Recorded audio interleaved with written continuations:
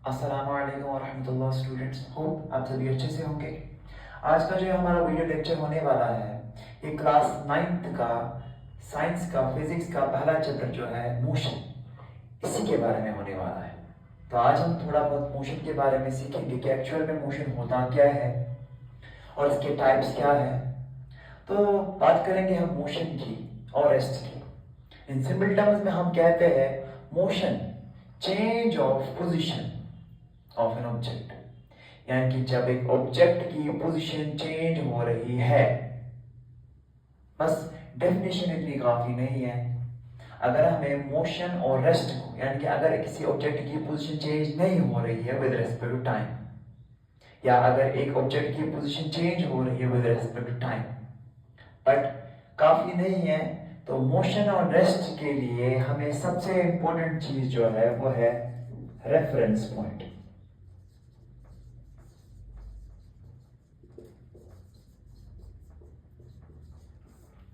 Reference point क्या होता है? रेफरेंस पॉइंट ही ऐसा पॉइंट है जिसकी बिना पर हम एक ऑब्जेक्ट को मोशन में कह सकते हैं, मोशन में, या हम डिफाइन कर सकते हैं इट इज इन रेस्ट। ये रेफरेंस पॉइंट क्या होता है? एक फिक्स्ड पॉइंट होता है जिसको रेफर करके हम पता लगा सकते हैं कि एक ऑब्जेक्ट मोशन में है और इट इज इन रेस्ट। तो मोशन की जो डेफिनेशन है वो है change of position of an object with respect to time in a given reference point. क्योंकि एक ऑब्जेक्ट दोनों में हो सकता है, मोशन में भी हो सकता है एज वेल एज रेस्ट में भी हो सकता है। Motion and rest are relative, यानी कि एक ऑब्जेक्ट मोशन में भी हो सकता है एट अ टाइम, साइमल्टेनियसली वो रेस्ट में भी हो सकती है, जब तक कि हम एक रेफरेंस पॉइंट ना मुकर्रर करें। Let us take an example कि एक दो पैसेंजर्स बस में बैठे हुए हैं।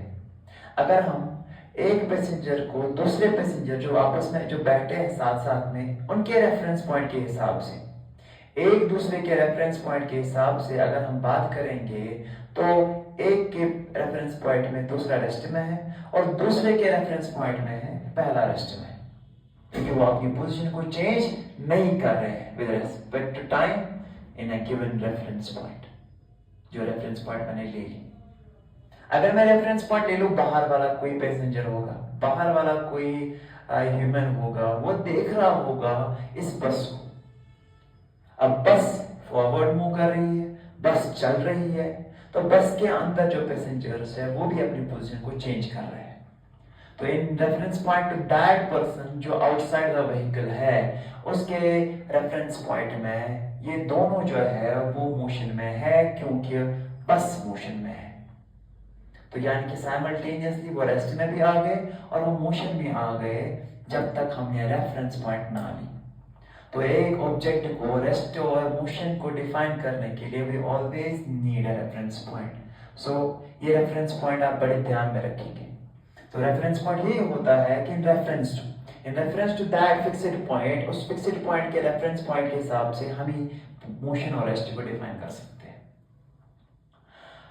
तो ये जो मोशन और रेस्ट है, ये दोनों रिलेटिव है, यानी कि एक ऑब्जेक्ट साइमल्टेनियसली रेस्ट में भी हो सकता है, मोशन में भी हो सकता है, उस रेफरेंस पॉइंट को हम चेंज करें। तो मोशन के टाइप्स हैं। इट कैन बी, सबसे सिंपलेस्ट मोशन है it's motion in a straight line, rectilinear motion. ये जो मोशन इन स्ट्रेट लाइन है उसमें इतने ज्यादा एफर्ट्स लगाने की जरूरत नहीं है। उसकी जो हम अपनी ऑब्जेक्ट की पोजीशन जो है उसको इतना फोर्स देने की जरूरत नहीं है कि ये अपनी पोजीशन को चेंज करे इन स्ट्रेट लाइन। तो simplest motion is motion in straight line. उसके बाद में सर्कुलर मोशन, यानी कि ऑब्जेक्ट को आपको सर्कुलर पाथ में घुमाने के लिए हमेशा एक फोर्स की रिक्वायरमेंट है। एक ऑब्जेक्ट को एक सर्कुलर पाथ में घुमाने के लिए एक फोर्स की रिक्वायरमेंट होती है, that force is known as centripetal force.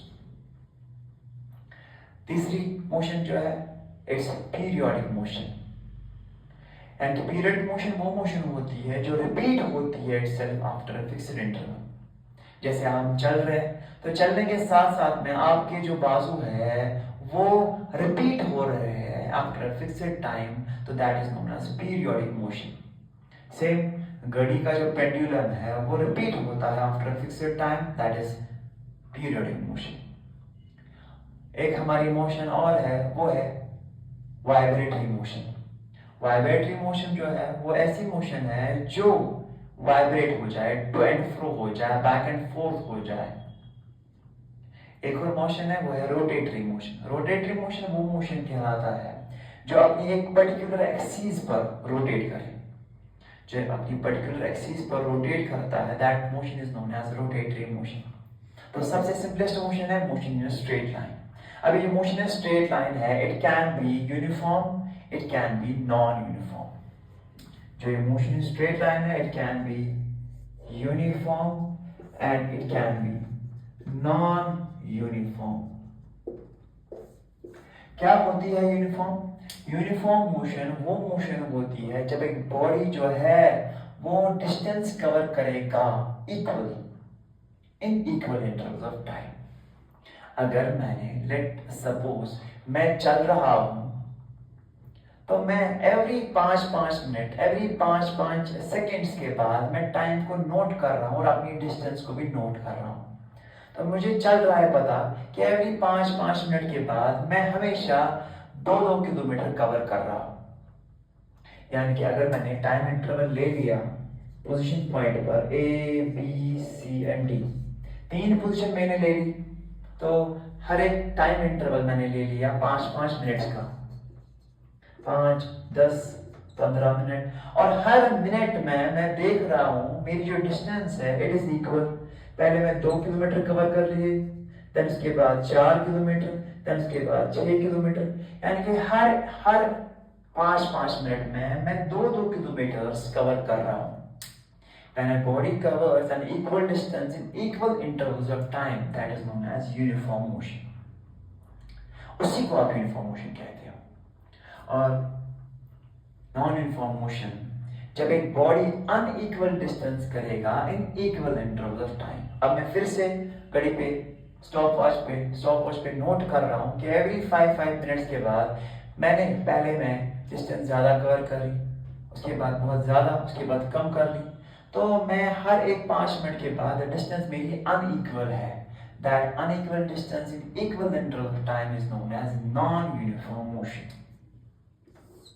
Late us suppose मैंने हर 5-5 मिनट के बाद देखा कि पहले 5 मिनट में मैंने 2 किलोमीटर कवर कर लिए, देन उसके बाद 3 किलोमीटर, देन उसके बाद 7 किलोमीटर।